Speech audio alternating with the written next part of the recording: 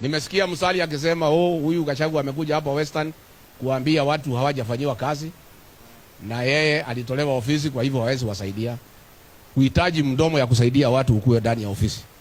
Hata ukiwa nje ya ofisi ndio uko na ile mdomo kali ya kueleza maneno ya ukweli.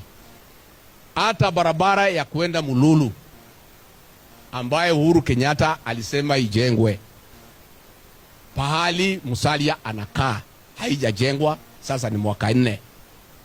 Nimesikia William Ruto akisema ya kwamba Kalonzo Musyoka hakujenga barabara kwake mwaka 40. Wewe William Ruto, kama wewe ni muungwana, kabla hujaongea mambo ya Kalonzo na si mtu yako na hakai kwa serikali yako, hii ya Musalia Mudavadi ya kwenda kwa baba yake si ujenge kwanza? Si ndio?